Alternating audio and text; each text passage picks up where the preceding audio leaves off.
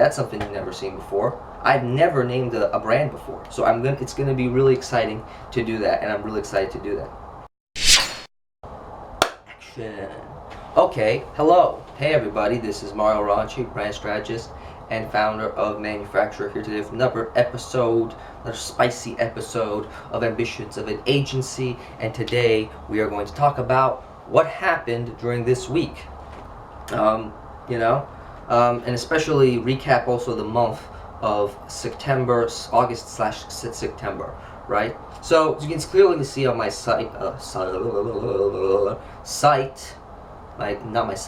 YouTube channel, or the videos I've been putting out basically, those videos are talking about a brand, how I'm building a brand, and how I'm creating a perception in the market for a client, for a tutoring client, right? And this is a niche I've been wanting to go in for a long time, and I finally dialed in on what the hell the niche is, and it's online tutoring and learning consultants, right? And it's a really good niche. I mean, there seems to be a lot of opportunity, a lot of interesting opportunities here. And I'm just going to keep exploring the options, keep experimenting and doing what I need to do. Anyway, so this past month I've been really aggressive on outreach. I have, changed up my outreach strategy quite a bit. I've switched to a more complementing / pitching methodology, basically, which just basically means I find something in I find somebody's LinkedIn profile, I find somebody's Facebook profile, and I just find something specific and great about them.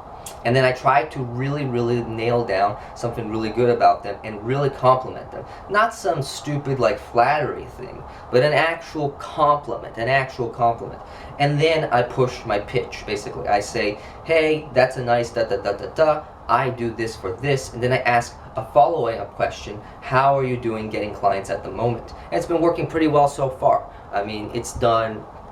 I think the thing is, it gets more of a direct response versus the one that I was using before, which is the research call. Which I guess the research call one, the message is really good if you're not even if you're not selling anything at the moment and are just looking to do market research. It's incredibly important. It's good to get market feedback from, and I recommend that template or that way that I do it. And it's in my last videos. You can see it. It's in the LinkedIn strategy video, I believe, and you can see it. It works like a charm. It gets people on the phone. The very low barrier to entry. So that being said, so I've been able to reverse engineer and really figure out the last couple of months how much messages and how much responses and how much calls I get based off what I do, right? So my actions, basically. So I can reverse engineer my messages, right? Or the amount of connections I send, right? 50, let's say I send 50 invites on LinkedIn, and then I get at least 10 to 16 people responding to those messages, right?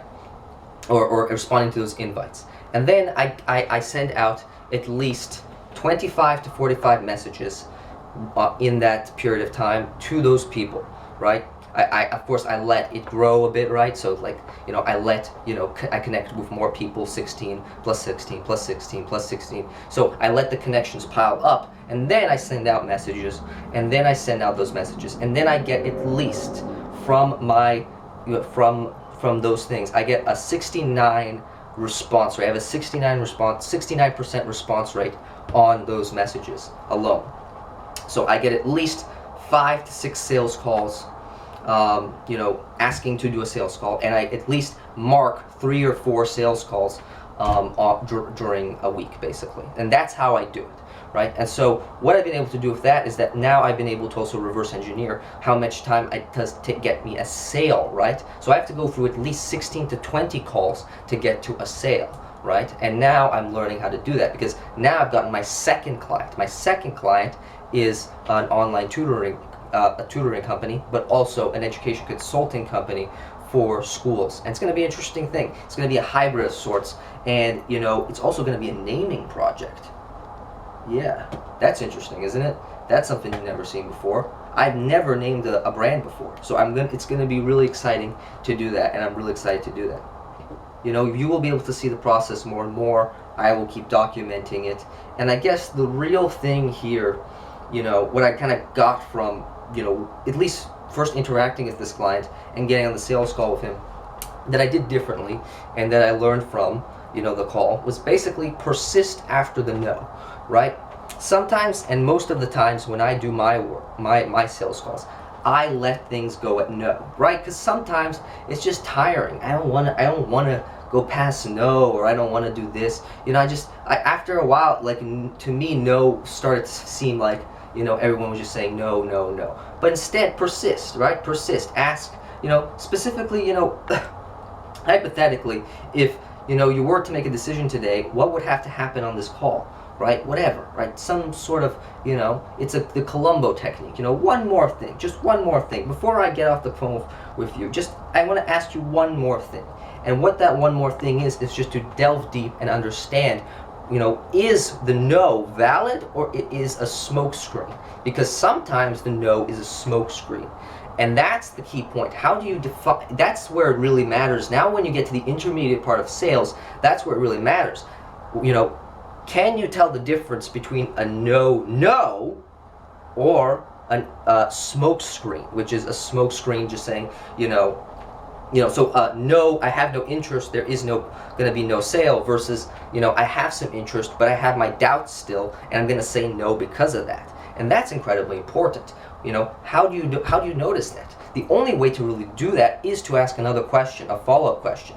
And as Jordan Belfort says, in his straight line method or whatever, and what I've seen in also calls that I keep doing, that I push past the no, it's a looping effect, right? You loop, you give more questions, you give more questions, you give more questions, you give more questions, over and over again. And this is not something that comes from a script. Unfortunately, that's not the case in this case. You can have a script, you can go through the entire script, but at the end, it comes to the point that you have to adapt, and you have to start figuring out what to say in rebuttal against it, right? You could have some notes on hand, just in case, right, for common objections and whatnot.